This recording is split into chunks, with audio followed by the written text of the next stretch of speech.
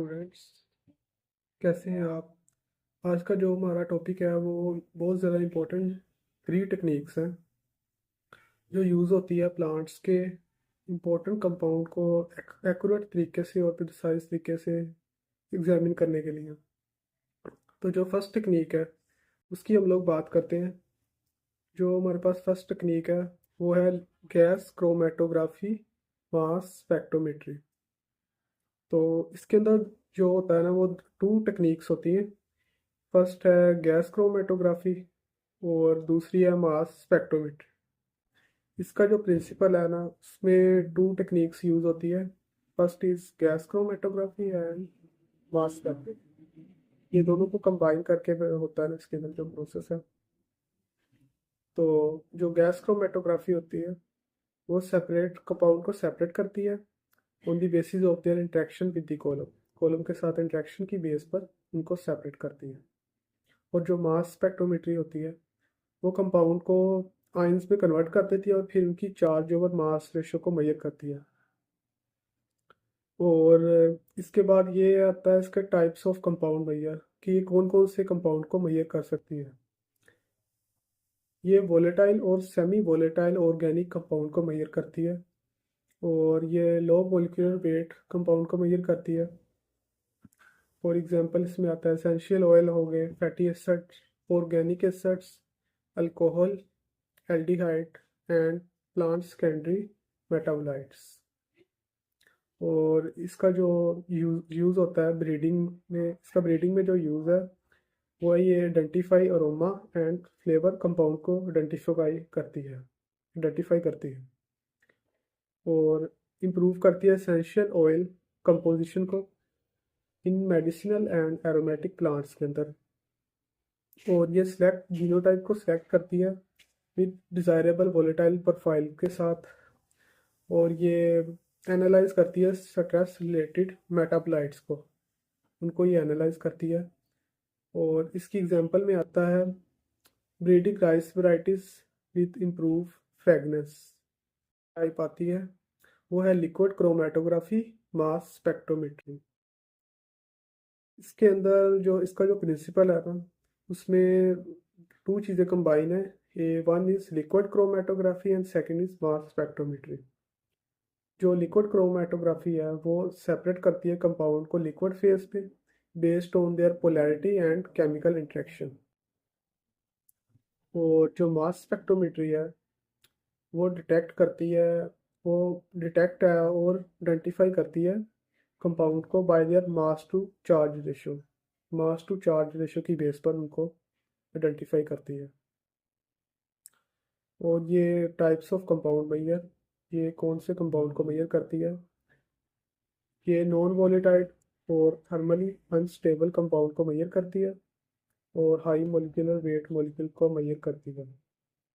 इसकी एग्जांपल में आता है phenolics, फ्लेविनॉइड्स, alkaloids, vitamins, amino acids and secondary metabolites. इसके बाद इसका यूजेज है ब्रीडिंग में। ये इसका जो इम्पोर्टेंट यूजेस है वो है न्यूट्रिशन, क्वालिटी एनालिसिस के लिए यूज़ होती है और बायोएक्टिव कंपाउंड की प्रोफाइलिंग के लिए। और वैरायटी को सिलेक्ट करती है with high health promoting metabolites के साथ।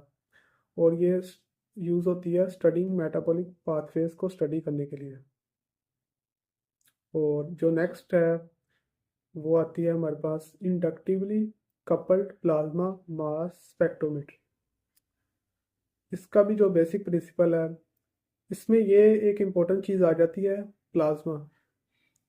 प्लाज्मा इसके अंदर जो होता है ना सैंपल जो होता है, प्लांट का जो सैंपल होता है उसको डाइजेस्ट किया जाता है, मतलब उसकी ब्रेकडाउन की जाती है और उसको इंट्रोड्यूस किया जाता है into the high temperature plasma. और इसके अंदर जो टेम्परेचर होता है वो 10,000 केल्विन तक होता है हाई टेम्परेचर। फिर क्योंकि उससे आयनाइजेशन फिर स्टार्ट हो जाती है ना एलिमेंट्स की। और इसके अंदर a one is I C P M S जो होता है ये मेजर करता है आयंस को, ये आयंस को मेजर करता है by mass to charge ratio की बुनियाद पर।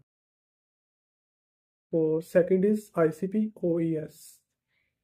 ये मेजर करता है light emitted by excited atoms. और टाइप्स ऑफ कंपाउंड मेजर्स, ये कौन कौन से कंपाउंड को मेजर करता है। ये मेजर्स एलिमेंट ये एलिमेंट्स को मेजर करता है, ऑर्गेनिक कंपाउंड्स को मेजर नहीं करता। और इसकी एग्जांपल में आते हैं एसेंशियल न्यूट्रेंट्स, फेरस हो गया, जिंक, कैल्शियम ETC। और टॉक्सिक एलिमेंट हो गया, कैडमियम हो गया, लेड हो गया, और micro nutrients and trace elements. और इसका ब्रीडिंग में यूजेज होता है। यूजेज वो है वो ये मेजर करता है मिनरल कंसंट्रेशन इन ग्रेन्स के अंदर एंड एडिबल पार्ट्स के अंदर। और ये स्क्रीनिंग के लिए यूज़ होता है, जीनोटाइप्स की स्क्रीनिंग के लिए यूज़ होता है। और डेवलपमेंट ऑफ बायोफोर्टिफाइड क्रॉप्स की। और मॉनिटरिंग हैवी मेटल अकमुलेशन, ये मॉनिटर करता है हैवी मेटल को। और दूसरा ये कि अगर हम लोग इनकी कंपैरिजन की बात करें तो तीनों जो मतलब जो टाइप्स हैं उनमें कंपैरिजन है वो मेन ये है कि जो GCMS है, ग्लास क्रोमेटोग्राफी मास स्पेक्ट्रोमेट्री, वो वोलेटाइल ऑर्गेनिक कंपाउंड को मेजर करता है। और जो लिक्विड क्रोमेटोग्राफी मास स्पेक्ट्रोमेट्री है वो नॉन वोलेटाइल को मेजर करता है। और inductively coupled plasma mass spectrometry वो एलिमेंट्स और मिनरल्स की मेजरमेंट के लिए यूज होता है। बाकी इनका जो यूजेस है वो ऑलमोस्ट सेम है। This is our topic. I hope कि आपको इसकी अच्छी से अंडरस्टैंडिंग होगी आपको ये टॉपिक इजीली क्लियर हो गया होगा।